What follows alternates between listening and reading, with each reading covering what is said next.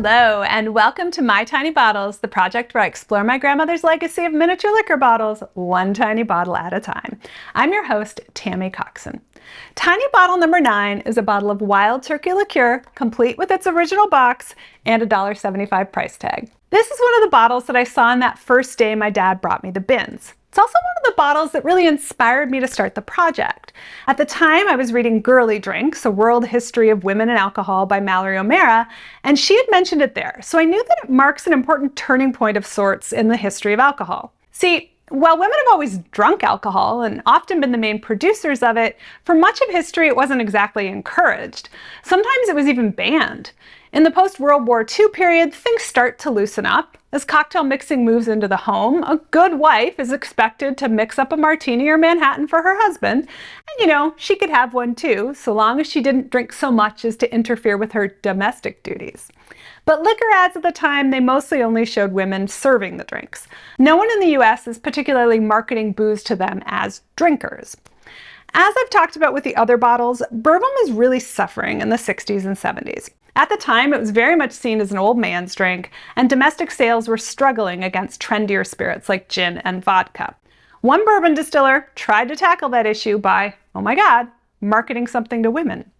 Jimmy Russell, Wild Turkey's longtime master distiller, said the company came to him and asked him to come up with something for the ladies, because they thought bourbon was too strong and it might appeal to women if it had a good bourbon taste to it, but be sweeter and all. Jimmy took his inspiration from childhood memories of homemade cough syrup made from watered-down whiskey and honey and created Wild Turkey Liqueur in 1976. This bottle is from around 1978. In advertising from the time, it's positioned as a domestic competitor to international brands like B&B, Cointreau, and Drambuie. Wild Turkey Liqueur sticks around for a while, but it gets worse in the alcohol dark ages of the 80s and 90s, when everything got less alcoholic, less flavorful, and more sweet.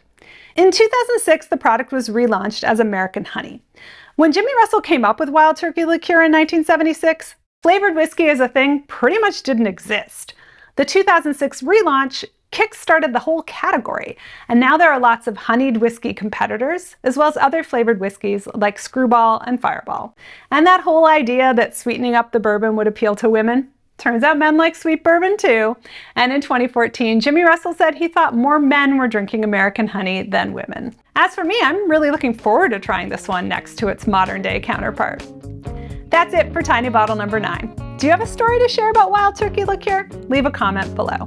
Be sure to subscribe so you never miss a bottle, and check out my website at mytinybottles.com for more pictures and information about this one. Cheers!